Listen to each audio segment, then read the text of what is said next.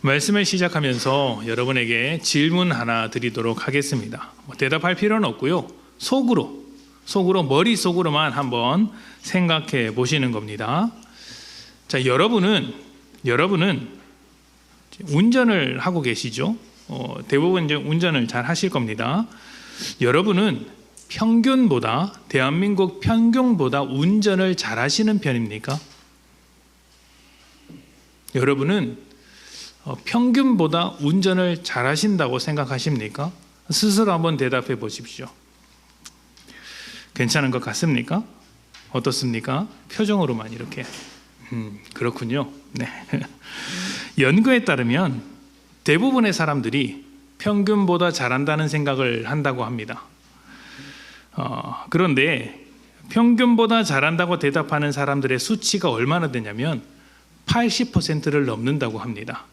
여러분, 80%가 평균을 넘는다고 하면 그게 말이 되는 이야기일까요? 80%가 평균입니다. 근데 평균적으로 평균보다 잘한다는 대답이니까 뭔가 좀 이상한 대답이죠. 근데 사람들은 자신들이 평균보다 잘한다고 생각하는데 대부분 그렇게 생각한다는 거예요. 사실 이 연구는 더 나은 사람 증후군에 관한 연구입니다. 더 나은 사람 증후군. 그러니까 자신이 남들보다 더 낫다고 믿고 싶은 본능에 대한 연구입니다. 내가 다른 사람들보다 좀 낫다라고 생각하고 싶은 그런 본능 말이죠. 또 다른 연구도 있습니다. 좀 다른 연구이긴 한데 비슷한 이제 맥락의 연구입니다. 참가자들을 모아놓고 얼굴에 검은 잉크로 아주 작게 이렇게 좀 흠집 이렇게 살짝 묻혀놓고 약간 지저분하게 만들어 두었습니다. 그리고 다 같이 거울을 보도록 한 것이죠.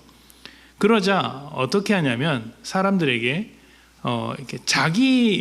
사람들에게 거울을 다 보게 하자 자기 얼굴에 묻은 잉크는 발견하지 못하고 하나같이 다 다른 사람의 얼굴 잉크만 지적하고 있는 겁니다. 얼굴에 뭐 묻었다, 얼굴에 더러운 것이 있다, 이렇게 하는 것이죠. 재밌는 것은 본인의 얼굴이 훨씬 더 지저분한데도 불구하고 아주 작은 흠집을 가진 사람들의 얼굴을 먼저 지적하더라는 것입니다. 그리고 또 비슷한 연구에서는 각자 자기 모습을 보도록 했습니다. 그러니까 거울을 이렇게 자기 모습만 보게 한 것이죠. 그러자 그 묻은 잉크를 발견하지 못하는 사람도 굉장히 많았다고 합니다. 무슨 말일까요? 자기 실수는 적게 보고 남의 실수는 크게 생각하는 경향이 우리 모두에게 있다는 것이죠. 이런 실험을 통해 우리가 알 수 있는 것은 사람은 언제든지 다른 사람의 잘못에 대하여 또는 다른 사람의 어떤 삶에 대하여 쉽게 정죄할 수 있는 존재라는 사실입니다.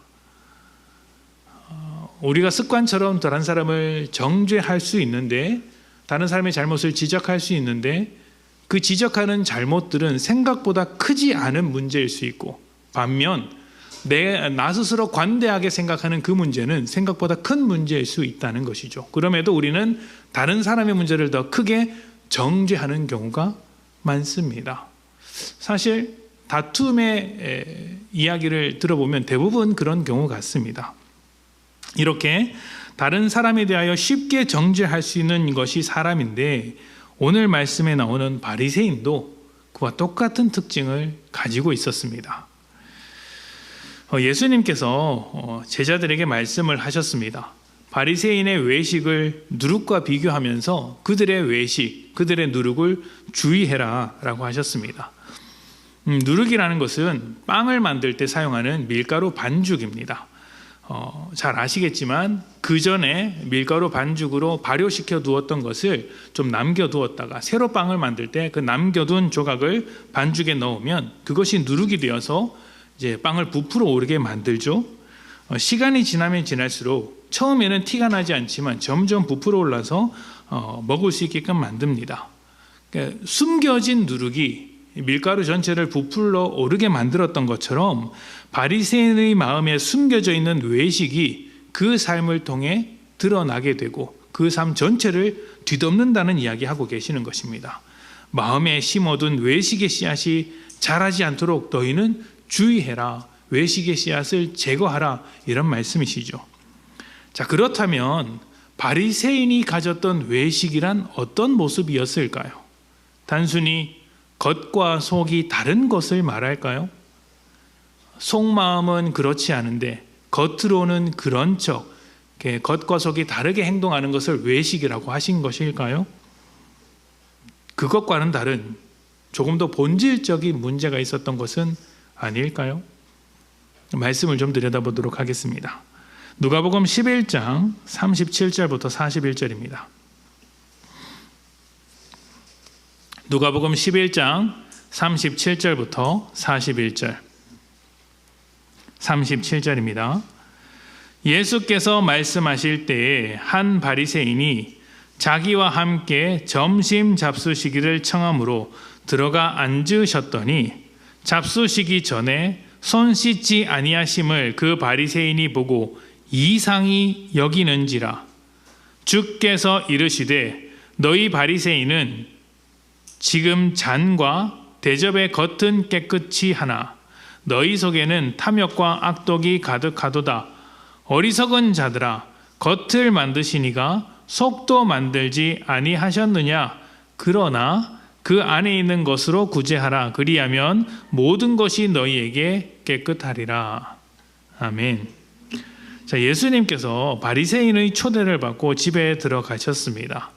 사실 예수님과 바리새인은 그렇게 사이가 좋지 않았죠. 예수님께서 그들을 미워하셨다기보다는 바리새인이 예수님에 대하여 어떻게든 꼬투리 잡으려고 온갖 이제 문제를 만들어내고 함정을 파기도 했습니다.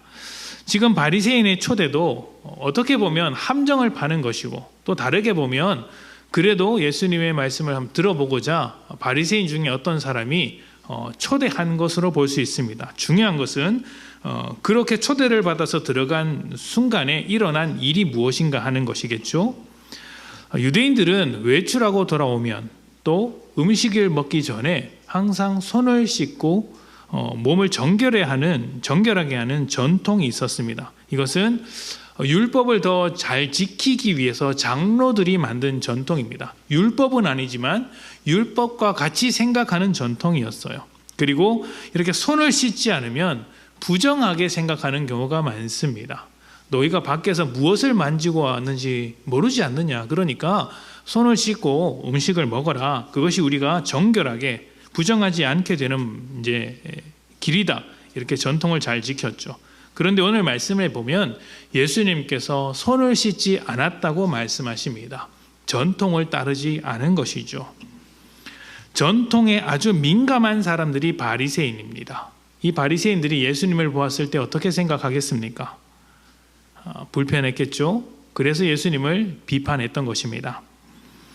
자, 그런데 바리새인의 비판은 무엇을 위한 것일까요? 예수님의 위생을 염려해서 비판한 것일까요? 예수님을 위해서 비판했을까요?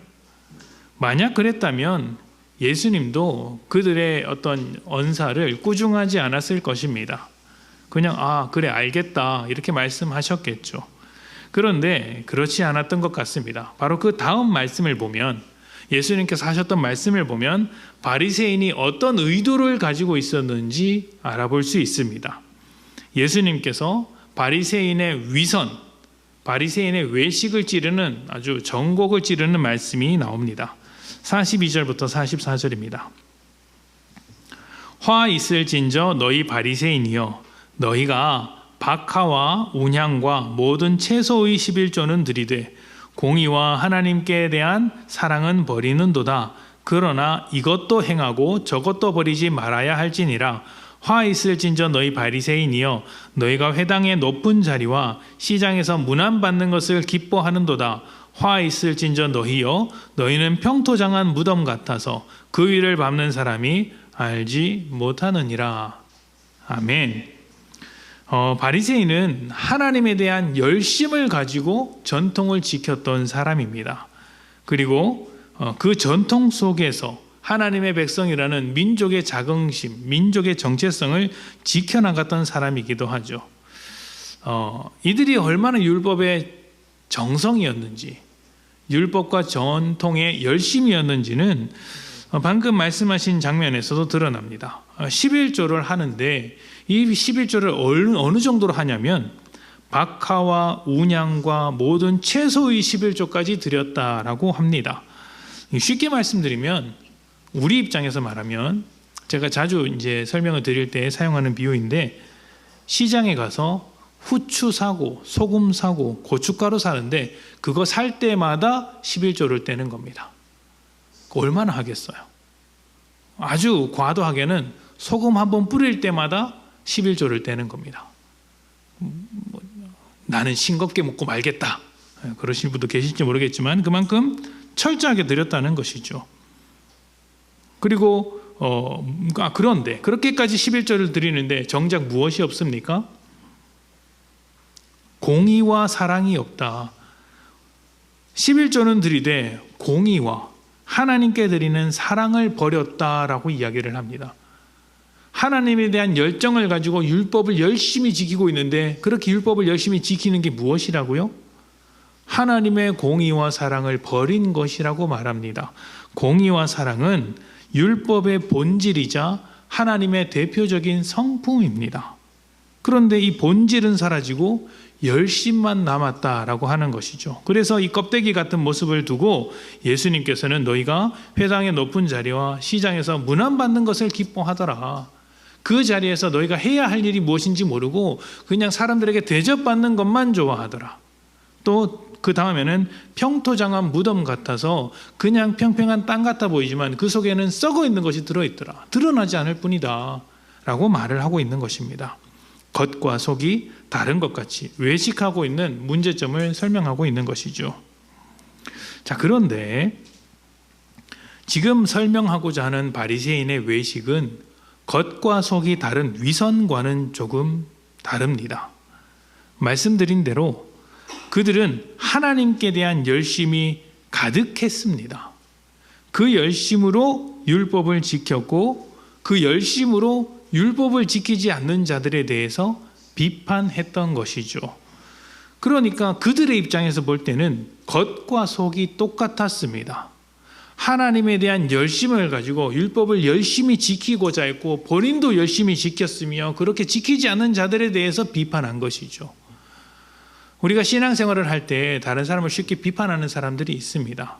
근데 자기는 제대로 하지 않으면서 다른 사람을 비판하면 저 사람은 위선자라고 이야기를 하겠죠. 그런데 자기도 열심히 하면서 다른 사람에 대해서 이런저런 이야기를 하면 때로는 좀 불편하기도 하지만 그래도 인정을 합니다. 저만큼 하니까 그런 이야기도 할 수 있겠지 라는 정도로 인정을 하는 면도 좀 있습니다. 바리새인이 그런 사람이었어요. 누가 봐도 인정할 만큼 열심히 율법을 지켰고 그 율법 안에서 진심인 사람들이었습니다. 그래서 다른 사람에 대하여 율법을 지켜라 이제 정죄하기도 하고 비판하기도 했던 것이죠. 문제의 핵심은 이런 것입니다. 그렇게 철저하게 율법을 준수하며 전통을 따랐던 그들이 어디에 뿌리를 두고 있었느냐 하는 것이죠. 그렇게 열심을 내고 있는데 그 열심의 뿌리가 어디에 놓여 있느냐 하는 것입니다.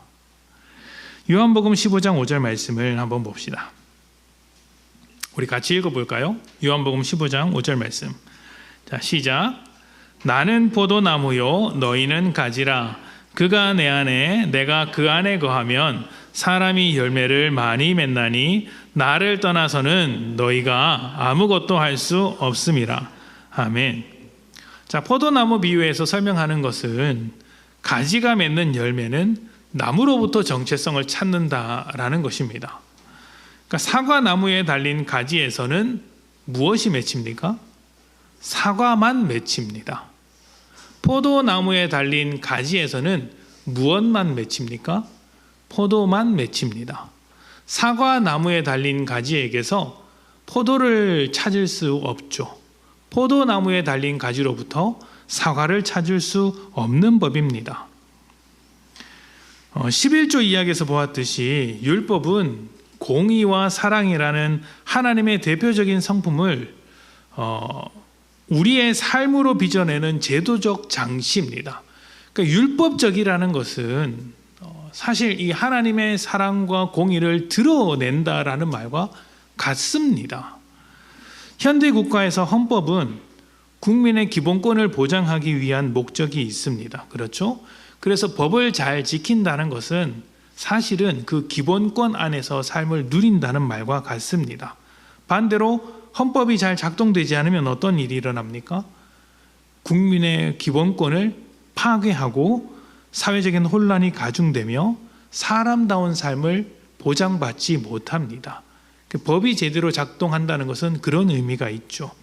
율법도 그렇습니다. 율법은 사람들이 하나님의 성품을 경험하고 하나님의 은혜와 공의를 누리는 삶을 위해서 주신 것이었습니다. 그러니까 율법을 지킨다는 것은 무엇을 의미해요? 그 사회 속에 하나님의 은혜와 공의가 잘 흘러다녀야 한다는 것을 의미합니다. 율법은 바리새인들의 바리새인들은 율법에 대해서 진심이었습니다. 잘 지켰습니다. 그런데 그 율법으로 무엇을 하고 있습니까? 하나님의 은혜와 공의와 긍휼이 잘 흘러가도록 사용하고 있습니까? 아니면 다르게 사용하고 있습니까? 지금 예수님 그리고 다른 사람들을 정죄하는 데 사용하고 있지 않습니까? 정죄에는 공의와 사랑이 없습니다. 왜 그렇게 했을까요? 율법은 하나님의 공의와 의로움을 드러내는, 사랑을 드러내는 장치여야 하는데 그들은 그렇게 사용하지 않는 것입니다. 왜 그럴까요? 그들은 포도나무에 달린 가지가 아니라 죄에게 달린 가지였기 때문입니다. 그래서 율법을 지키더라도 죄라는 열매, 정죄라는 열매를 맺을 수밖에 없는 것이죠. 죄에게 달린 가지라는 말은 여러분 이렇게 생각하시면 좋을 것 같아요. 죄란 무엇입니까? 일반적으로 생각하는 죄 말고 성경이 말하고 있는 죄는 무엇입니까? 딱 한마디로 이야기하면 죄란 하나님이 없는 상태를 말하고 내가 하나님이 되는 것을 말하는 것입니다. 그래서 교만이 이제 아주 심각한 죄의 뿌리가 되죠. 하나님이 없다는 것은 우리 삶에 절대적인 기준이 없다는 말과 같습니다. 예를 들면 이런 것이죠. 사랑이 무엇입니까? 라고 했을 때 하나님이 없으면 사람들은 사람들이 생각하는 대로 사랑을 말합니다. 나는 이렇게 생각합니다. 너는 그렇게 생각하는구나. 그래, 너와 나는 생각이 다르구나. 너는 너대로, 나는 나대로 살자. 이렇게 되는 것이죠. 그러나 하나님이 계신다면 어떻습니까? 하나님께서 우리에게 보여주시고 가르쳐 주신 사랑이 무엇인지를 먼저 생각합니다.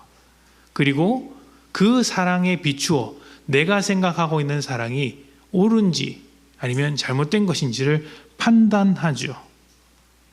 하나님의 사랑과 나의 사랑을 비교합니다.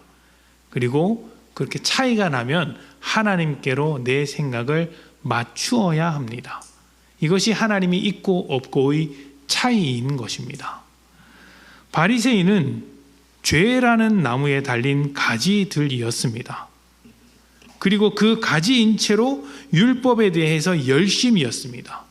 어떤 열매가 맺혔겠습니까?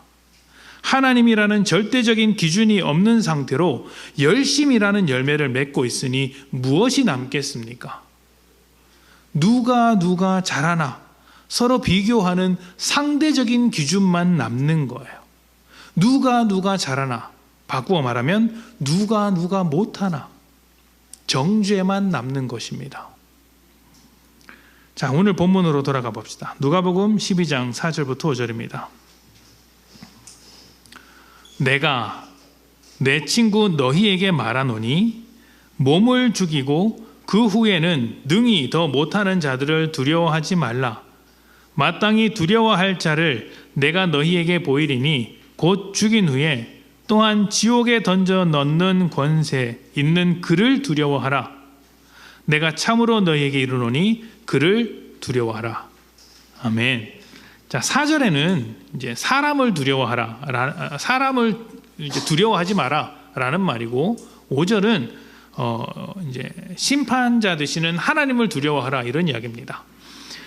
4절과 5절에서 갑자기 두려움에 대한 이야기가 나오는 것은 비교 대상을 어디에 두느냐 하는 것입니다.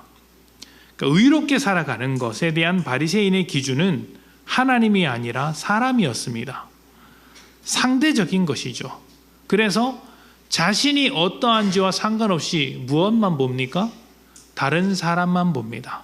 우리가 맨 처음 했던 이야기, 그 연구 결과를 기억하시죠? 사람은 자기 얼굴에 묻은 것을 잘 보지 않고 다른 사람 얼굴에 묻은 것만 본다고 말이죠. 그러니까 상대적인 어떤 비교하는 의로움을 가지고 있으니까 내가 어떤지는 신경 쓰지 않고 자꾸 무엇을 바라봅니까? 다른 사람이 어떤지만 바라보는 것입니다. 그리고 내가 다른 사람에게 어떻게 보여지는지도 중요합니다. 이게 사람을 두려워하는 마음인 거예요. 상대적인 기준에서 자기를 증명하는 데는 정죄하는 것만큼 쉬운 게 없습니다. 정죄가 제일 쉬워요. 왜냐하면 이제 내가 옳다는 것을 증명하기 위해서는 내가 다른 사람보다 잘한다는 것만 증명하면 되지 않습니까? 그래서 다른 사람을 뚫어지게 쳐다보다가 조금이라도 티가 보이면 옳다구나 하고 정죄하면 됩니다. 그래서 상대방을 끌어내리고 못하는 사람으로 만들어버리면 깎아내리는 것으로서 자신의 값어치가 올라가는 것이죠. 이게 상대적인 기준입니다.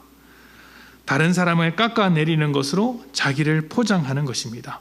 내가 잘할 필요 없습니다. 나는 가만히 있으되 다른 사람을 깎아내리면 되는 것이죠. 바리새인도 예수님이 손을 씻지 않는 것으로 비판해서 자신의 옳음을 드러내고 있지 않습니까? 성경을 보면 율법 교사나 바리새인들이 자기를 옳게 보이려고 예수님께 대하여 함정과 같은 질문을 던지는 장면들이 굉장히 많이 나옵니다. 왜 그럴까요? 다 상대적인 기준에 비추어서 정죄함으로 자기의 의로움을 드러내려고 하는 것입니다. 하나님께 뿌리를 내리고 있지 않기 때문이죠. 그들의 마음에는 하나님이 없습니다. 그들의 조상들도 율법을 지킨다고 하면서도 율법의 말씀을 전하러 온 하나님의 선지자들을 많이 죽였습니다. 참 아이러니한 이야기죠. 하나님의 백성이 율법을 지킨다고 하면서 하나님의 말씀을 전하러 온 하나님의 선지자들을 모조리 죽여버렸다는 것입니다. 바리새인도 그런 맥락을 따라 예수님을 정죄하고 있는 겁니다. 율법을 지킨다고 하면서 율법의 본질인 공의와 사랑을 외면하고 있습니다. 그리고 율법의 완성으로 오신 예수님을 정죄하고 있습니다. 참 아이러니한 상황이죠. 이런 일이 왜 일어났습니까? 그들은 하나님께 뿌리를 둔 나무가 아니고 하나님께 매달린 가지들도 아닙니다. 죄에게 뿌리 내리고 있고 죄에게 달려 있는 것입니다. 여러분, 비판을 잘하면 실력 있는 사람처럼 보입니다. 비판을 잘하면 실력 있는 사람처럼 속일 수 있습니다. 그러나 비판과 실력은 아무 상관이 없습니다. 제가 앞에서 설교를 하고 있습니다. 이 설교도 어떻게 보면 비판적인 요소가 있어요. 비판적인 요소가 있거든요. 그래서 설교를 많이 하거나 설교를 하는 목사가 신앙이 좋을 것이라고 착각하는 경우가 종종 있습니다. 설교하는 자의 위험이에요. 물론 저는 괜찮은 것 같습니다. 그런 위험을 알고 있습니다만 그래도 조심해야겠죠. 비판과 실력은 아무 상관이 없습니다. 실력은 실천으로, 행동으로 보여줘야 하는 것입니다. 실력이 좋아지려면 어떻게 해야 할까요? 다른 사람을 비판하기에 앞서서 자신을 돌아봐야 하는 겁니다. 자신을. 그게 실력이 좋아지는 유일한 길이에요. 절대적인 기준에 비추어 자신을 돌아보고 점검하는 것입니다. 여러분 자녀들에게 공부를 이제 하죠. 근데 어느 날 아이가 시험을 봤는데 한 50점 받았습니다. 부모의 마음에서 어떻습니까? 감사합니까? 여러분은 훌륭한 부모님이시군요. 저는 답답합니다. 아직 시험 성적을 받은 것은 아니지만 저희 아이가 한 40점, 50점 받았다고 하면 답답할 것 같습니다. 그런데 아들이 그렇게 이야기하는 겁니다. 내 친구들은 다 30점 받았어. 나 잘했어. 이렇게 하면 여러분 무슨 생각을 하겠습니까? 야, 네 인생 갑갑하구나. 이런 생각 들지 않겠습니까? 왜 기준을 거기다 두냐? 100점에다 둬야지 라고 말씀을 하시겠죠? 그 100점이 절대적인 기준인 거예요. 다른 친구들의 점수는 상대적인 기준인 거예요. 자기가 발전하려면 어디에 기준을 둬야 합니까? 100점에다 둬야죠. 그래야지 자신의 부족함을 발견하게 되고 그 부족함을 채워가는 것 아니겠습니까? 자, 그런데 문제가 있습니다. 우리가 비교해야 할 기준이 누구입니까? 하나님입니다. 절대적인 기준이 하나님께 있으니 우리가 하고 있는 이 믿음의 삶을 하나님이라는 기준에 비추어서 점검하는 거예요. 이 비교를 건강하게 해낼 수 있다면 분명히 우리는 자신의 연약함을 발견하면서도 성장하게 될 것입니다. 하나님을 향하여 힘차게 한 걸음 내딛는 것이죠. 이런 모습이 우리가 추구해야 하는 것입니다. 그런데 우리는 부족하고 연약하고 여전히 죄의 습성들이 남아있어서 왜곡된 결과를 많이 만들어냅니다. 그래서 하나님과 비교할 때마다 자책할 때가 많고 좌절하기도 하고 죄책감에 사로잡혀서 절망하는 경우도 굉장히 많습니다. 두려운 마음이 필요 이상으로 커지는 거예요. 그래서 자꾸 도망치려고 해요. 멀리 도망치려고 합니다. 그래서 예수님이 이렇게 뒤에 덧붙이시는 거예요. 누가복음 12장 6절부터 7절입니다. 우리 같이 읽어볼까요? 자, 시작. 참새 5마리가 두 아사리온에 팔리는 것이 아니냐. 그러나 하나님 앞에는 그 하나도 잊어버리시는 바 되지 아니하는도다. 너희에게는 심지어 머리털까지도 다 세신 바 되었나니 두려워하지 말라. 너희는 많은 참새보다도 귀하니라. 아멘. 자, 심판하시는 하나님을 두려워하라고 합니다. 절대적인 하나님이라는 그 심판 앞에서 자신을 비추어 이렇게 점검하고 성장해 나가야 한다고 하죠. 근데 심판을 두려워하면서 절대적인 하나님을 두려워하기만 하면서 자신을 발전시키려고 하면 좌절하고 절망하고 두려움으로 가득 차게 됩니다. 그래서 예수님께서 하나님이 어떠한 분인지를 한 번 더 말씀하시는 거예요. 어떤 분이십니까? 너희 머리털까지 세시는 분이다 라고 합니다. 그러면 이제 덜컥 겁이 나죠. 아니, 심판하시는 분인데 머리털까지 세신다고 하면 피할 구석이 없겠구나. 큰일 났네 라고 하실지 모르나 그렇게 심판하기 위해서 머리털까지 세신 바 되는 것이 아니라 너희가 그렇게 부족하고 연약하고 잘못 가고 있다는 걸 아시는 분이다. 그러나 너희는 어떤 존재입니까? 저 참새보다 귀한 존재다. 저 새들도 하나님께서 먹이시는데 하나님은 그런 새들을 먹이시는 것보다 너희에 대해서 훨씬 더 관심을 가지고 계시다. 그런 분께서 너희가 연약하다는 것도 알고 계시니 너희는 두려워하지 말고 여전히 살아계신 하나님께 마음을 두고 자신을 그렇게 외식에서 벗어나도록 하라는 것입니다. 왜곡된 비교로 스스로 버리려고 할 때, 우리 자신이 그 왜곡된 비교로서 우리 자신을 버리려고 할 때도 하나님은 우리를 버리지 않습니다.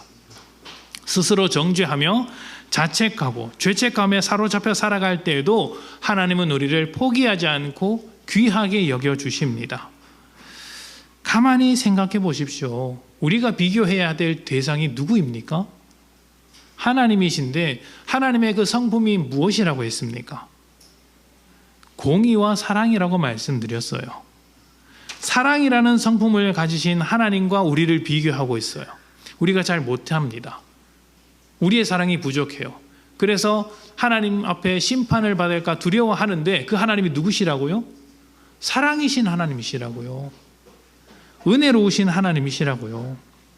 우리가 부족하다고 한들 하나님께서 우리를 사랑하지 않겠습니까? 우리를 향한 사랑을 거두어 가시겠습니까?